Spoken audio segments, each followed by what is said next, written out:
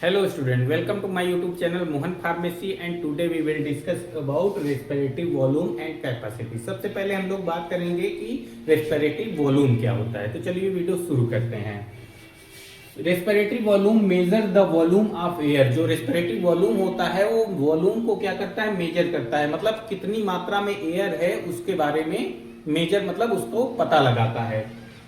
Of air movement during the breath of the lungs, मतलब जब हम सांस लेते हैं, ब्रीथ करते हैं, तो उस दौरान कितने वॉल्यूम में हमारी जो एयर है उसका मूवमेंट होता है हमारे लंग्स में, उसके बारे में हम जानते हैं रेस्पिरेटरी वॉल्यूम के अंदर। ठीक है, इसके बाद हम लोग बात करेंगे कि रेस्पिरेटरी वॉल्यूम क्या होता है। इसके कुछ की फीचर्स हैं, जैसे कि पहला है टाइडल वॉल्यूम। टाइडल वॉल्यूम क्या होता है? टाइडल वॉल्यूम वो वॉल्यूम होती है एयर की जो कि हम नॉर्मली रेस्पिरेशन के दौरान यूज करते हैं। कहने का मतलब ये है कि विदाउट किसी भी प्रेशर लगाए हम सांस ले रहे हैं, छोड़ रहे हैं, जो वॉल्यूम हम ले रहे हैं और छोड़ रहे हैं एयर का, या जितनी मात्रा हम ऑक्सीजन मतलब अंदर ले रहे हैं एयर की, हवा की, और जितनी निकाल रहे हैं वो क्या कहलाती है? टाइडल वॉल्यूम कहलाती है। और ये जो वॉल्यूम होती है ये विदाउट प्रेशर की, किसी प्रकार का हम जोर नहीं लगा रहे हैं, नॉर्मल सांस ले रहे हैं, जितनी निकाल रहे हैं, जितनी ले रहे हैं, उतनी ही वॉल्यूम क्या कहलाती है? टाइडल वॉल्यूम कहलाती है। जैसे कि इसमें देख सकते हैं कि volume of air inhale and exhale during normal breath, मतलब जो वॉल्यूम है, जो मात्रा है एयर की जो इनहेल कर रहे हैं या बाहर निकाल रहे हैं, एक्सहेल कर रहे हैं, ड्यूरिंग मतलब के समय, नॉर्मल ब्रीथ के समय जितनी भी हम ऑक्सीजन मतलब एयर को ले रहे हैं, जितनी छोड़ रहे हैं, वो क्या कहलाती है? टाइडल वॉल्यूम होती है। और टाइडल वॉल्यूम लगभग 500 ml होती है। ठीक है, 500 ml मतलब एयर हम लोग अंदर लेते हैं और 500 ml बाहर निकालते हैं एक बार में। ठीक है, तो ये क्या कहलाती है? टाइडल वॉल्यूम कहलाती है। इसके बाद क्या है?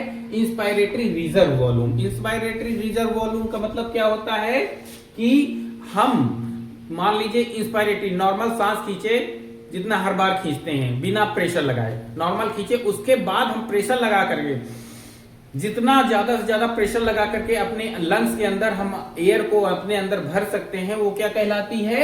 इंस्पायरेटरी रिजर्व वॉल्यूम कहलाती है। जैसे इसमें लिखा हुआ है कि extra air inhale after the normal breath. Normal breath के बाद भी हम एक्स्ट्रा जो अतिरिक्त जो एयर है उसको अपने अंदर इनहेल कर सकते हैं, अंदर खींच सकते हैं, तो वो क्या कहलाती है? इंस्पायरेटरी रिजर्व वॉल्यूम कहलाती है। और इसका वॉल्यूम कितना होता है? लगभग 1900 से 3300 ml होता है। ठीक है, इसके बाद क्या है? Expiratory reserve volume. अब एक्सपायरेटरी रिजर्व वॉल्यूम क्या होता है? नॉर्मल ब्रीथ के बाद जितना ज्यादा से ज्यादा हम लंग्स के बाहर एयर को निकाल सके वो एक्सपायरेटरी रिजर्व वॉल्यूम होता है। जैसे मैंने सांस छोड़ा, उसके बाद भी और ज्यादा जोर लगा करके जितना मैक्सिमम हम एयर को बाहर निकाल सकते हैं वो क्या कहलाती है? एक्सपायरेटरी रिजर्व वॉल्यूम कहलाती है। ठीक है, इसमें जैसे लिखा हुआ कि expiratory air extra air forcefully exhale after the normal breath, मतलब एक्स्ट्रा एयर जो ज्यादा एयर है उसको, मैक्सिमम एयर है उसको हम एक्सहेल मतलब बाहर निकाल सकते हैं, किसके बाद में? नॉर्मल ब्रीथ के बाद में, तो वो क्या कहलाती है? एक्सपायरेटरी रिजर्व वॉल्यूम कहलाती है। और ये वॉल्यूम लगभग 1000 से 1100 ml होता है। ठीक है, इसके बाद क्या है? लास्ट में है रिजिडुअल वॉल्यूम। रिजिडुअल वॉल्यूम क्या कहलाती है? रिजिडुअल वॉल्यूम में क्या है? Air left in the lungs after maximum force field exhale, है ना? जितना कहने का मतलब यही है कि जितना ज्यादा से ज्यादा मतलब निकालने के बावजूद, है ना, हमारे जितना भी लंग्स है, मैक्सिमम फोर्सफुली भी अगर हम लंग्स से बाहर भी एयर निकाल रहे हैं तो उसके बाद भी जितनी एयर हमारे लंग्स में बची रह जाए। समझ में आ रहा है? कहने का मतलब यही कि हमने मान लीजिए पूरी दम लगा करके हमने पूरी एयर निकाल ली लंग्स से, ठीक है, उसके बाद भी जितनी लंग्स में बची रह जाए एयर वो क्या कहलाती है? रिजिडुअल वॉल्यूम कहलाती है। और ये लगभग 1100 से 1200 ml होती है। ठीक है, अब इसके बाद हम लोग बात करेंगे कि रेस्पिरेटरी कैपेसिटीज क्या होती है। तो इसके भी कुछ पॉइंट्स होते हैं या कुछ फीचर्स होते हैं जो कि वाइटल कैपेसिटी है पहला। तो वाइटल कैपेसिटी क्या होती है? तो maximum air that can be breath out after maximum inhalation या एक्सहालेशन, मतलब मैक्सिमम एयर, ज्यादा से ज्यादा कितनी एयर है जो कि हम लोग नॉर्मल ब्रीथ के अलावा इंस्पायर कर सकते हैं, मतलब अंदर ले सकते हैं, और कितनी बाहर निकाल सकते हैं, वो क्या कहलाती है? वाइटल कैपेसिटी कहलाती है हमारे लंग्स की। तो वाइटल कैपेसिटी क्या होती है? Tidal volume, inspiratory reserve volume और एक्सपायरेटरी रिजर्व वॉल्यूम। तो वाइटल कैपेसिटी कितनी होती है? 500 होती है। इंस्पायरेटरी रिजर्व वॉल्यूम कितनी होती है? 3300 होती है। और एक्सपायरेटरी रिजर्व वॉल्यूम 1000 होती है। और टोटल कितने हो जाती है? टोटल मतलब क्या होता है कि वाइटल कैपेसिटी कितनी होती है? 4800 ml होती है। ठीक है।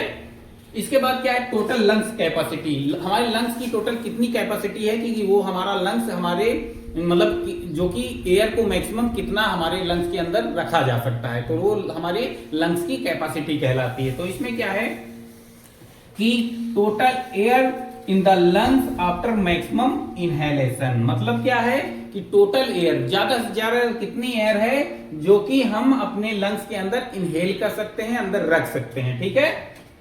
तो टोटल लंग्स कैपेसिटी में क्या है? वाइटल कैपेसिटी और रिजर्व वॉल्यूम। तो वाइटल कैपेसिटी कितनी होती है?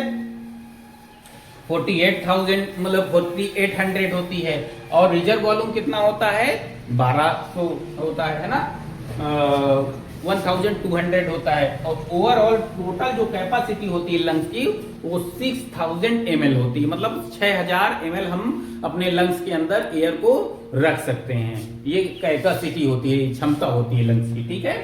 इसके बाद क्या है? Inspiratory capacity. इंस्पायरेटरी कैपेसिटी कितनी होती है? तो total air that can B inhaled. कहने का मतलब ये है कि कितनी ज्यादा से ज्यादा एयर हम अपने अंदर इनहेल कर सकते हैं, तो वो क्या कहलाती है? इंस्पायरेटरी कैपेसिटी कहलाती है। ठीक है। तो इसमें क्या होता है? इंस्पायरेटरी कैपेसिटी में टाइडल वॉल्यूम है और इंस्पायरेटरी रिजर्व वॉल्यूम है। मतलब जो टाइडल वॉल्यूम 500 होता है और इंस्पायरेटरी रिजर्व वॉल्यूम होता है 3300, और टोटल मिलाकर के कितना हो जाता है? 3800 ml हो जाता है, जो कि क्या होता है? इंस्पायरेटरी कैपेसिटी होती है लंग्स की। ठीक है। इसके बाद क्या है? फंक्शनल रिजिडुअल कैपेसिटी क्या होती है? फंक्शनल रिजिडुअल कैपेसिटी देखते हैं। The air remaining in the lungs after normal acceleration. कहने का मतलब ये है कि जो रिमेनिंग मतलब बचना, कितनी एयर बच रही है इन द लंग्स, लंग्स में आफ्टर नॉर्मल एक्सेलेशन। नॉर्मली जब हम एयर को बाहर छोड़ते हैं तो कितनी एयर बच रही है, तो वो क्या कहलाता है? फंक्शनल रिजिडुअल वॉल्यूम कहलाता है। तो अब फंक्शनल रिजिडुअल कैपेसिटी में क्या होता है कि expiratory reserve volume, expiratory reserve volume और रिजिडुअल वॉल्यूम। तो एक्सपायरेटरी रिवर्स वॉल्यूम जो है, रिजर्व वॉल्यूम है, वो कितने होता है?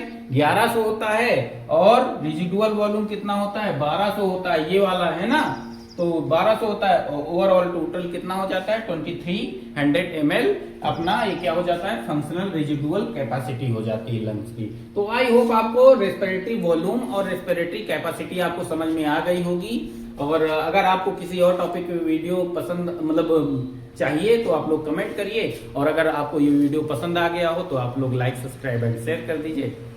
और आप लोग सपोर्ट बनाए रखिए, जिससे कि अगर आप लोग सब्सक्राइब करते रहेंगे तो अपना भी काम करने का मन करेगा और आपको वीडियो टाइम टाइम से मिलती रहेंगी। धन्यवाद।